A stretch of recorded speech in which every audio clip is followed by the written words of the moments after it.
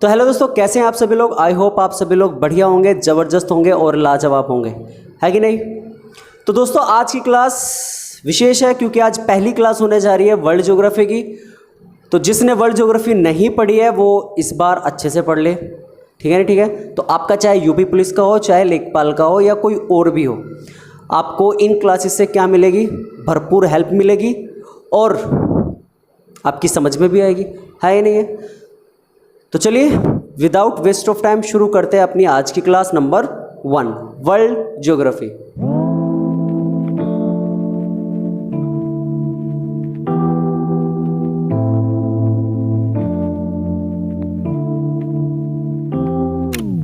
तो दोस्तों विश्व के भूगोल को पढ़ने से पहले सबसे पहले हमें क्या जानना है, भूगोल के बारे में थोड़ी चीज़ें जाननी है। फॉर एग्जांपल भूगोल क्या है, भूगोल के पिता कौन है, भूगोल की शब्द से मिलकर बना है, कुछ इस तरह की चीज़ों को हमें क्या करना है, पढ़ना है। तो सबसे पहले इन्हीं चीज़ों के बारे में जानते हैं, है या नहीं है। तो आ जाओ। तो सबसे पहले हम ये समझते हैं कि जो भूगोल है, ये जो जियोग्राफी है, ये यूनानी शब्द या दो यूनानी शब्द या ग्रीक शब्दों से मिलकर बना है, या ग्रीक शब्दों से मिलकर बना है,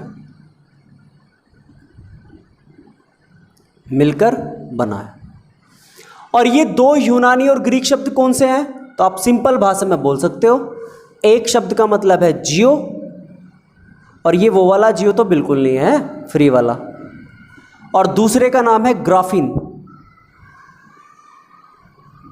दूसरे को हम कहते हैं ग्राफीन। तो एक हो गया जियो और एक हो गया है ग्राफीन। जियो का मतलब होता है पृथ्वी, अर्थ। जियो का मतलब क्या होता है, पृथ्वी यानी कि अर्थ। और ग्राफीन का मतलब होता है अध्ययन, स्टडी या डेस्क्रिप्शन। इसको आप लोग स्टडी भी कह सकते हो, डेस्क्रिप्शन। क्या बोलेंगे भाई इसको, डेस्क्रिप्शन। तो कहने का मतलब क्या हुआ कि पृथ्वी, जियो का मतलब होता है पृथ्वी, अर्थ, और ग्राफीन का मतलब होता है अध्ययन। तो दोनों शब्दों को मिलाकर क्या मतलब बना भाई, तो आंसर होगा इन दोनों शब्दों को बनाकर बनता है पृथ्वी का अध्ययन, पृथ्वी का अध्ययन। तो आप स्टडी ऑफ अर्थ भी कह सकते हो या फिर डिस्क्रिप्शन ऑफ अर्थ भी कह सकते हो।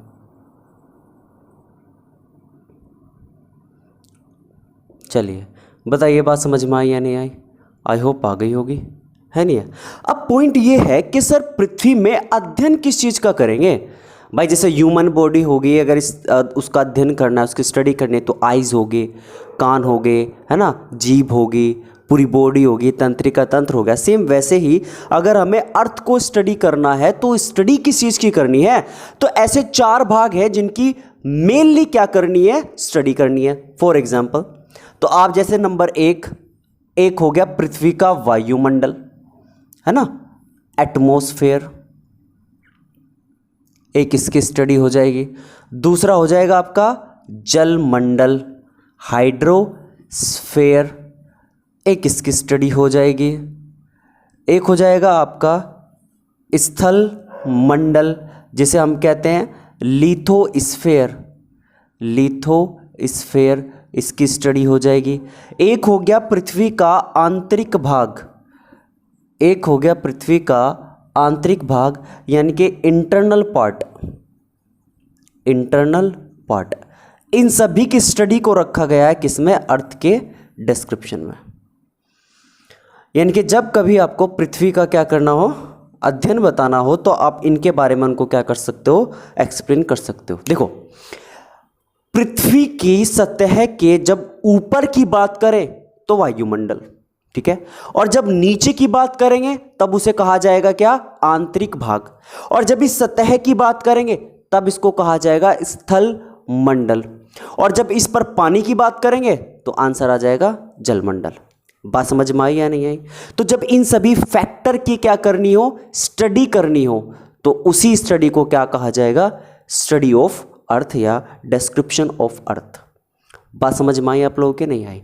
अब यहाँ पर पॉइंट ये है कि सर भूगोल के पिता किन्हें कहा जाता है, तो याद रखेंगे भाई, है ना। अगर हम बात करें भूगोल के पिता, फादर ऑफ जियोग्राफी, या जनक लिख सकते हो आप। फादर ऑफ जियोग्राफी किसे कहा जाता है? देन आंसर होगा एरोटोस्थनीज। तो एरोटोस्थनीज को माना जाता है फादर ऑफ भूगोल। अब यहां पर एक पॉइंट और है, देखो भूगोल के पिता ये नाम, और अगर आपसे बात करें व्यवस्थित भूगोल के पिता कौन कहे जाते हैं, व्यवस्थित सिस्टमैटिक, तो भी कौन है? एरोटोस्थनीज। तो अगर यहां पर आ जाए, अगर इसके आगे एक शब्द और लिख दे, व्यवस्थित भूगोल के पिता, सिस्टमैटिक, अगर सिस्टमैटिक फादर ऑफ ज्योग्राफी पूछे देन आंसर होगा एरोटोस्थनीज। बात समझ में आई या नहीं आई? क्लियर है? लेकिन यहीं पर ही अगर आपसे ये पूछ ले कि आधुनिक भूगोल के पिता कौन कहे जाते हैं, तो याद रखना भाई, अगर आपसे बात करें आधुनिक भूगोल के पिता, father of modern modern geography, history याद आ रही है यार, ज्योग्राफी, देन आंसर होगा हमबोल्ट। क्या नाम है? हमबोल्ट। आधुनिक भूगोल के पिता ही कौन कहे जाते हैं? हमबोल्ट। इन्होंने एक बुक लिखी है कॉस्मोस। इन्होंने क्या लिखी है? एक बुक जिसका नाम क्या है? कॉस्मोस, ब्रह्मांड का अध्ययन, स्टडी ऑफ यूनिवर्स, या आप कह लो कॉस्मोस। क्लियर है नहीं है? तो आप कह सकते हो कॉस्मोस थ्योरी या कॉस्मोलॉजी जिसको हम कहते हैं, ये किसके द्वारा दी गई है? देन आंसर होगा हमबोल्ट, कॉस्मोलॉजी। बात क्लियर है या नहीं है? इसके अलावा हमबोल्ट ही वो व्यक्ति है जिन्होंने जलवायु विज्ञान शब्द दिया है। जलवायु विज्ञान, इसको बोलेंगे आप क्लाइमेटोलॉजी। क्लाइमेटोलॉजी, तो ये भी किसके द्वारा दी गई है? ये शब्द भी किसके द्वारा दिया गया है? हमबोल्ट के द्वारा। बात समझ में आई या नहीं? यानी कि जब मैं आपको जलवायु पढ़ाऊंगा, क्लाइमेट पढ़ाऊंगा, तब उस क्लाइमेट्स में हम स्टडी करेंगे इनके जो शब्द है जलवायु विज्ञान, ये किसके द्वारा दिया गया है? Humboldt. Simple and sweet. Clear है पॉइंट या नहीं है? तो ये वाला।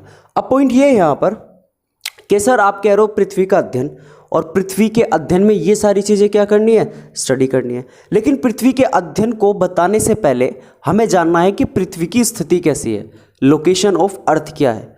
अब पृथ्वी की लोकेशन को जानने के दो फैक्टर हैं, दो तरीके हैं, वो कौन से हैं वो जानते हैं। सबसे पहले आप इसमें लिखोगे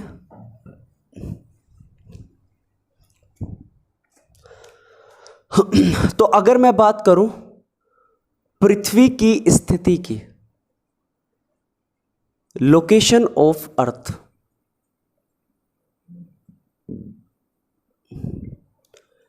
तो पृथ्वी की स्थिति जानने के दो प्रकार हैं, टू टाइप हैं।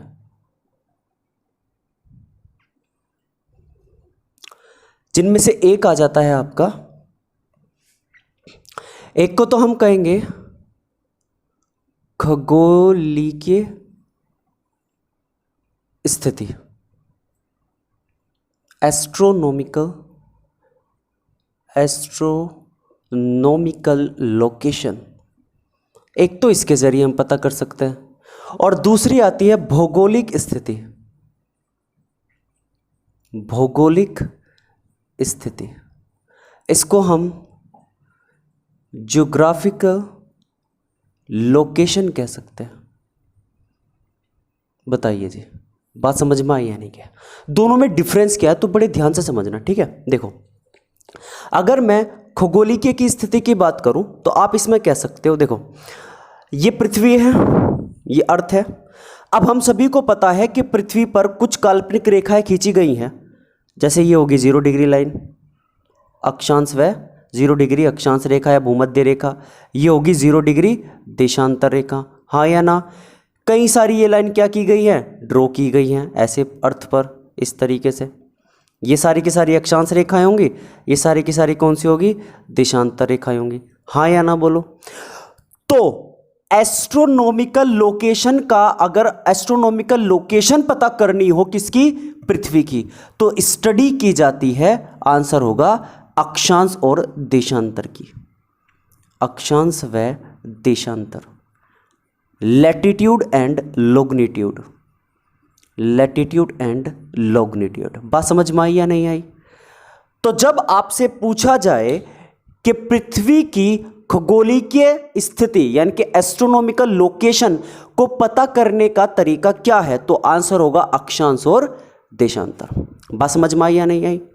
तो पृथ्वी की स्टडी अगर करनी है और स्पेशली एस्ट्रोनॉमिकल लोकेशन के थ्रू, तो सिंपल सा तरीका है, किसकी स्टडी करनी पड़ेगी, अक्षांश और देशांतर की। तो सबसे पहले मैं आपको भारत की स्थिति, विश्व की स्थिति में यानी कि अर्थ पृथ्वी की स्थिति में सबसे पहले मैं आपको क्या कराऊंगा, अक्षांश और देशांतर। बात समझ में आई या नहीं? अब आ जाओ दूसरे पर। अब मान के चलो हमारा ये भारत है,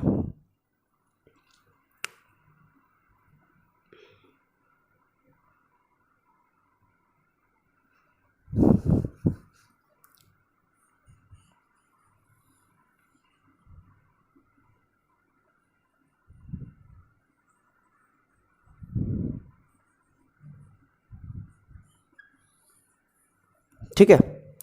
अब भौगोलिक स्थिति ये कहती है कि उसके पास कौन सा स्थल है, कौन से स्थान है, कौन सी बाउंड्री है ना, ये सारी की सारी चीजें क्या करनी है, इन्हीं चीजों को स्टडी करना क्या कहलाता है, भौगोलिक स्थिति। फॉर एग्जाम्पल अगर मैं आपसे पूछूं भारत कहाँ है, तो पता करने का सबसे बढ़िया तरीका क्या है, जैसे फॉर एग्जाम्पल अगर मैं आपको बताऊं एग्जाम्पल के तौर पर, भारत के इधर क्या है, बंगाल की खाड़ी, भारत के इधर क्या है, अरेबियन सी, भारत के नीचे क्या है, इंडियन ओशन। तो अगर भारत के बारे में बताना हो तो आप क्या कहोगे कि उसके अगल बगल और नीचे क्या है, तीनों ओर क्या है, पानी है, इसके ऊपर हिमालय है, इसके इधर थार डेजर्ट है ना, ये इसके बराबर में क्या है, पाकिस्तान है। तो किसी भी क्षेत्र की पहचान उसके किससे होना,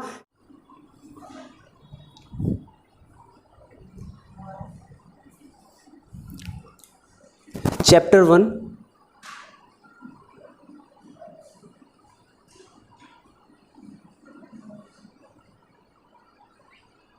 अक्षांश व देशांतर,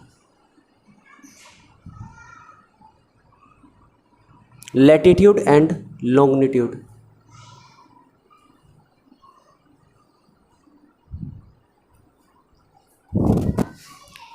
ठीक है। चलो सबसे पहले समझते हैं इसको, इन दोनों को, यानी कि दोनों के कॉमन पॉइंट को समझते हैं, ठीक है। दोनों है कैसे, आपको पता होगा, आप लोगों ने कभी ग्लोब देखा होगा, है ना, देखा है कभी ग्लोब, गोल सा होता है, जैसे मेरा ये फिश टैंक है, ऐसा बिल्कुल गोल होता है इसे कहते हैं ग्लोब।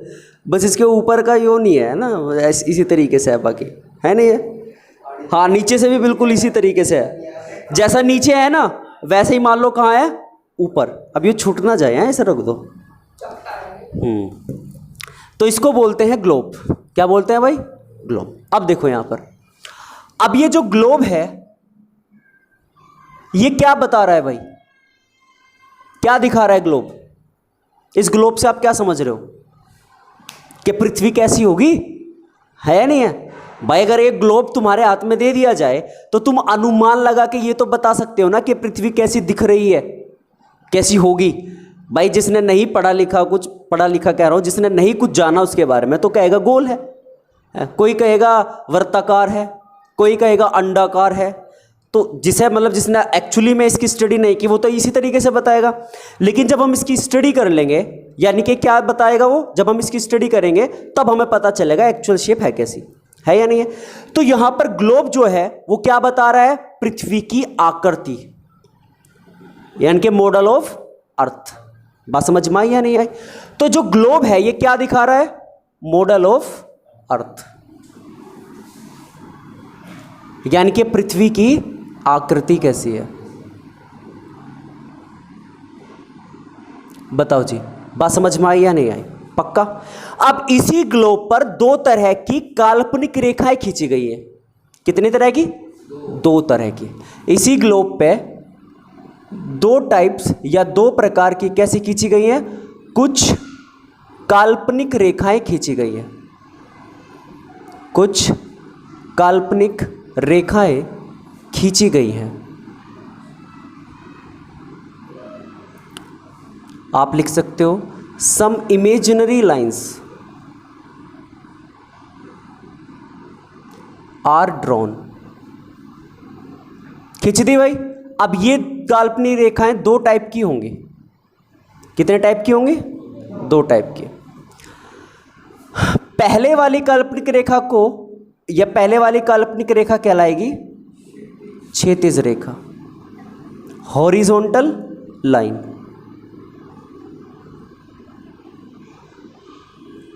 और दूसरे वाली को कहेंगे कैसी रेखा? ऊर्ध्वाधर रेखा, वर्टिकल लाइन। बताओ जी, बात समझ में आई या नहीं है? क्षैतिज रेखाएं कैसी होंगी? मान लो ये अर्थ है हमारी, इस अर्थ पर ये बीच वाली लाइन होगी, है ना, 0 डिग्री लाइन वाली। इसे इस बीच वाली लाइन को, ये क्षैतिज लाइन होगी ना, जो टिकी हुई है, लेटी हुई है, उसे क्या कहेंगे? क्षैतिज रेखा। तो पृथ्वी के बिल्कुल बीच वाली लाइन को क्या कहेंगे? 0 डिग्री अक्षांश रेखा। हाँ या ना? अब कई सारी ऐसी रेखा खींच दी, इन्हें कहेंगे क्षैतिज रेखाएं। हाँ ना बोल भाई, है ना। और ऊर्ध्वाधर रेखाएं कैसी होंगी? मान लो ये रेखाएं होंगी, ये बीच वाली लाइन होगी खड़ी, है ना, लंबवत, इसे कहेंगे 0 डिग्री देशांतर रेखा। तो ऐसी ऐसी कई सारी लाइन क्या कर दी? खींच दी, इसे कहेंगे ऊर्ध्वाधर रेखाएं। इन्हीं क्षैतिज रेखाओं को कहा जाता है अक्षांश रेखाएं, लैटिट्यूड लाइन। और इन्हीं ऊर्ध्वाधर रेखाओं को क्या कहा जाता है? देशांतर रेखाएं। बताओ भाई, बात समझ में आई या नहीं आई? Longitude line. हाँ या ना बोलो। अगर दोनों को कंबाइन किया जाए तो स्ट्रक्चर कुछ इस तरीके से बनेगा जैसा मैंने अभी बनाया था। ये इधर वाली होगी 0 डिग्री अक्षांश रेखा, जिसे भूमध्य रेखा भी कहते हैं, और ये होगी बिल्कुल लंबवत वाली, इसे कहते हैं 0 डिग्री देशांतर रेखा। तो कुछ इस तरीके से डायग्राम बनेगा। देखो ऐसे मानो जैसे ये पृथ्वी होगी, इसके ऐसे चारों तरफ ऐसे घूम रही है, ठीक है, इस तरीके से। और जो लंबवत वाली है वो कैसे? ऐसे। समझ में आई बात या नहीं आई? तो ये वाली ऐसे, तो ये वाली जो मैं ऐसे घुमावदार बना रहा हूँ, इसका मतलब पीछे से ऐसे घूम के पीछे से आ रही है। समझ में आया नहीं? तो ये भी ऐसे ही आ रही है, ये भी, ये भी, ये भी, और फिर इस तरीके से ऐसे ऐसे ऐसे ऐसे ऐसे। बात समझ में आई या नहीं आई? तो ये घूम रही है अर्थ के चारों तरफ, क्लियर? मतलब ऐसे चल नहीं रही है घूमती हुई, मतलब अर्थ के चारों तरफ क्या है? स्थित है। बात समझ में आई या नहीं? काल्पनिक है। और दूसरी कौन सी आती है? देशांतर। ये कुछ इस तरीके से है,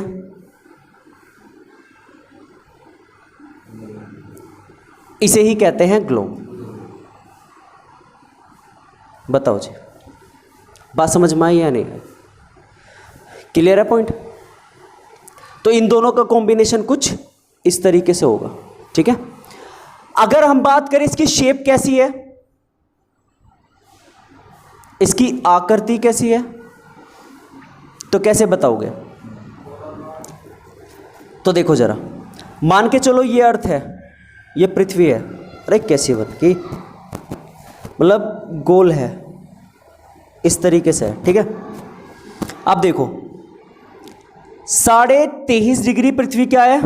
झुकी हुई है। हाँ या ना? 23.5 डिग्री पृथ्वी क्या है? झुकी हुई है। अब अगर मुझे एंगल निकालना हो कि भाई 23.5 डिग्री कैसे निकला, तो दो रेफरेंस लाइन मुझे खींचनी पड़ेगी, है ना। एक लाइन तो ऐसे और एक लाइन ऐसे। हाँ या ना? तो ये जो एंगल निकल के आया, यही कितने का आया? 23.5 डिग्री का। हाँ या ना बोलो। और ये वाला एंगल कितने का निकल कर आया? 66.5 डिग्री का। अब ऐसे ही एक लाइन कैसे खींच दो? ऐसे। तो ये एंगल भी कितने का आ गया? 23.5 का। अब इन दोनों पॉइंट्स को ऐसे मिला दो, इस तरीके से। ये है एक्चुअली में शेप। तो ऊपर से कैसी है? चपटी, और किनारों से कैसी है? गोल। तो चपटी गोल, आकृति कैसी हुई? चपटी गोल, या फिर गोलाभ भी बोल देते हैं, और इंग्लिश में जियोइड बोलते हैं। क्या बोलते हैं? जियोइड। बात समझ में आई या नहीं आई? पक्का नोट करो।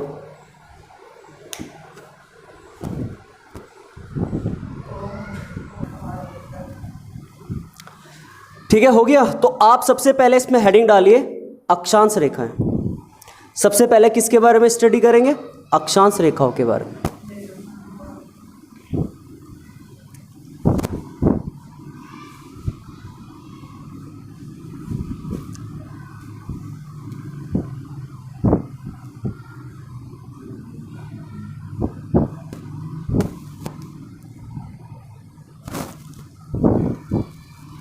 चलिए,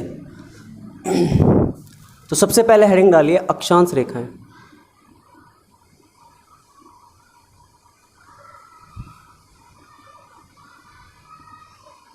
लैटिट्यूड लाइन,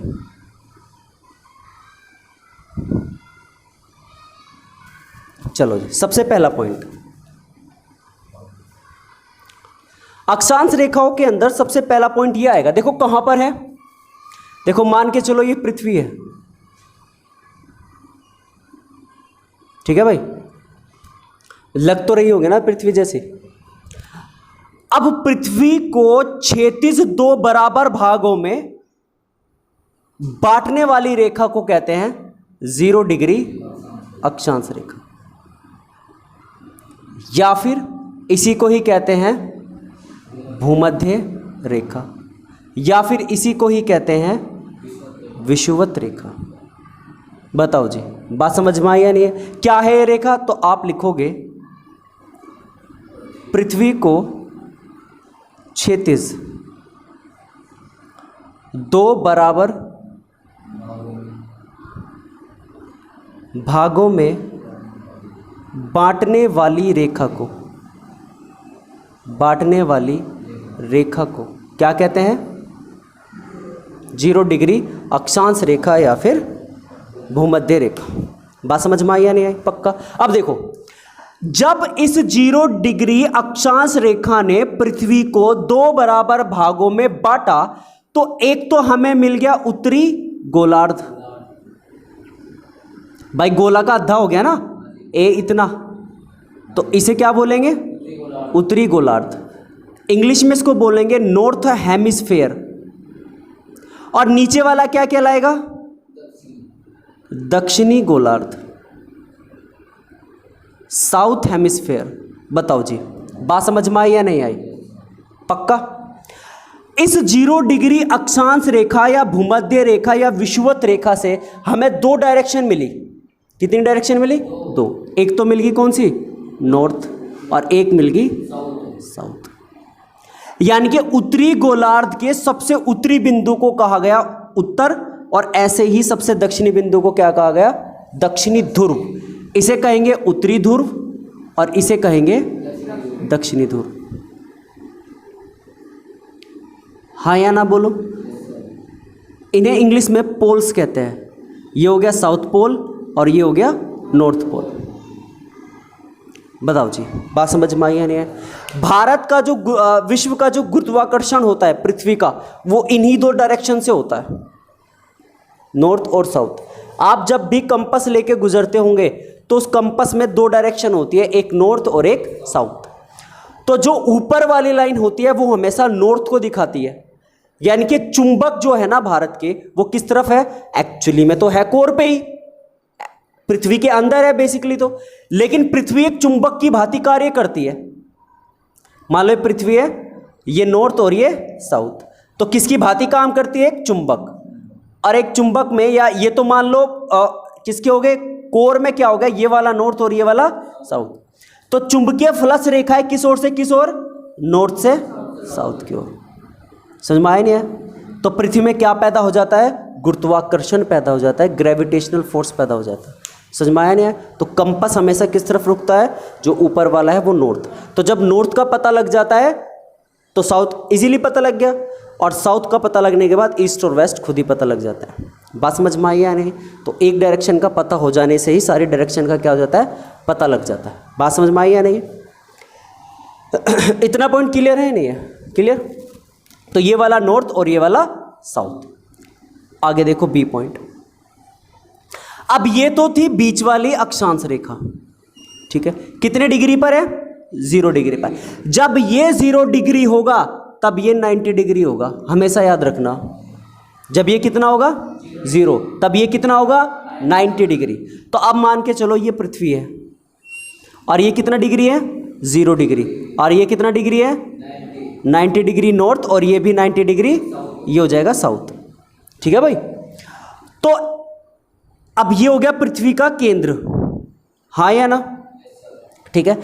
पृथ्वी के केंद्र से पृथ्वी पर एक कोणीय दूरी से खींची गई रेखा, एक कोणीय दूरी मान लो थीटा, थीटा बराबर 1 डिग्री मान लो, और इस रेखा को जब पीछे की तरफ बढ़ा दिया जाता है तो ये कहलाती है अक्षांश रेखा। 0 डिग्री वाली अलग है, ये वाली कहलाएंगी 1 डिग्री अक्षांश रेखा, 2 डिग्री अक्षांश रेखा, 3 डिग्री, ऐसे ऐसे कहां तक? ऐसे ऐसे कहां तक? 90 तक। तो कितनी रेखाएं होंगी भाई? 0 से 90 जा रहे हो तो कितनी रेखाएं होंगी? 90। और 0 से ऐसे ही कहां जा रहे हो? नीचे, तो कितनी होगी? 90। और एक कौन सी वाली होगी? बीच वाली, तो कितनी होगी? 181। इसे बोलेंगे पृथ्वी पर अक्षांशों की संख्या। किसकी संख्या? पृथ्वी पर अक्षांशों की संख्या। नंबर ऑफ लैटिट्यूड, अक्षांशों, अक्षांश रेखा नहीं, किसकी? अक्षांशों की संख्या। बात समझ में आई या नहीं? क्वेश्चन कई बार आ जाता है कि पृथ्वी पर अक्षांशों की संख्या कितनी है, तो आंसर होगा कितनी? 181, 181। बात समझ में आई या नहीं? लेकिन हम बात किसकी कर रहे हैं? अक्षांश रेखा की। किसकी बात कर रहे हैं हम? तो जब आप देख रहे हो कि यहां बड़ा, फिर छोटा, फिर छोटा, फिर छोटा, छोटा छोटा, तो एक समय ऐसा आएगा जब एक बिंदु बचेगा, छोटा छोटा छोटा, ऐसा होते होते होते क्या बन जाएगा? एक बिंदु। यू रेखा है कोई, ये तो एक पॉइंट है, बिंदु है, ऐसा ही ऊपर वाला, ऐसा ही नीचे वाला। तो इन दो बिंदुओं को क्या कर दो? माइनस। तो इन दोनों बिंदुओं को क्या कर दो? माइनस। तो 179। तो अक्षांश रेखा की संख्या कितनी आ गई? अक्षांश रेखाओं की संख्या बताओ जी। 179। क्लियर है? नहीं है? अब देखो यहाँ क्वेश्चन क्या है। क्वेश्चन ये है कि आप बताओ 30 डिग्री अक्षांश का सह अक्षांश कितना होगा? सह अक्षांश कितना होगा? अब इनको सह अक्षांश क्या होता है ना? इसको बोलते हैं कोलैटिट्यूड। क्या बोलते हैं इंग्लिश में? कोलैटिट्यूड। तो 30 डिग्री अक्षांश का सह अक्षांश क्या होता है? जानने वाली बात है। सह अक्षांश का सीधा सीधा मतलब होता है टोटल जितना भी है, टोटल डिग्री जितनी भी है। भाई मैं कह रहा हूं 30 डिग्री अक्षांश। अब ना तो ये बात कर रहा है नॉर्थ की, ना ये बात कर रहा है साउथ की। अब आप चाहे नॉर्थ ले लो तब कितने डिग्री है, अब चाहे साउथ ले लो कितने डिग्री है? 90 डिग्री। तो टोटल अक्षांश आप कह सकते हो कितना हो गया? 90। और कितने डिग्री का बताना? 30 डिग्री का। माइनस कर दो कितने? 30। तो आंसर क्या हो गया? तो सह अक्षांश कितना हो गया? 60 डिग्री। आया हुआ क्वेश्चन है, बताओ जी। सह अक्षांश निकालना आ गया? पक्का? चलो मुझे बताइए 35 डिग्री अक्षांश का सह अक्षांश बताओ।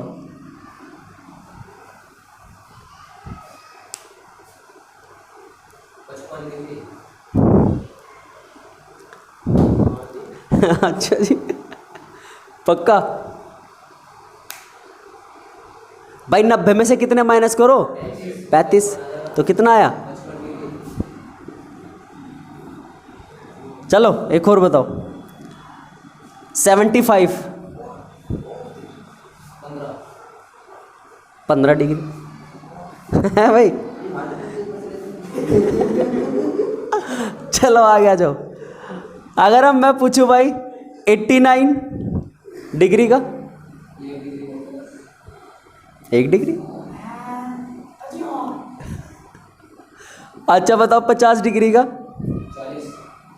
40। तब नहीं निकाल रहे भाई। ये कर रहा हूँ 1 2 3। तू निकालना आगे भाई, पक्का देख लिए। समझ में आया? से एक्सांश निकालना कैसे निकालते हैं? तो टोटल में से जितना माइनस हो उतना क्या कर दो, मतलब जितना हो उसे क्या कर दो, माइनस। नहीं, हमेशा आपको यही बस यही ध्यान रखना है, हमेशा 90 से नीचे ही होगा हमेशा। तो आपको वो चाहे नोट से काट लो चाहे वो साउथ से काट लो, मर्जी आपकी। अब बस वो आपसे ये ऑप्शन में लिखे होंगे, ये आपको बस बता देना। बात समझ में आई या नहीं? पक्का। 16 डिग्री का बताइए, ये बताओगे। 16 डिग्री का बताओ। है भाई, कितने के करीब देख रहा? 74। मतलब ईट सी मार रहा है, होते होंगे 74। लुका जी क्या पूछ लिया, कुछ भी नहीं होता है, नहीं है। चलो समझ में आया भाई? ये बाकी के पॉइंट्स कब लिखते हैं? कल, ठीक है। तो आप लोग भी इसे नोट करके चलना, ठीक है।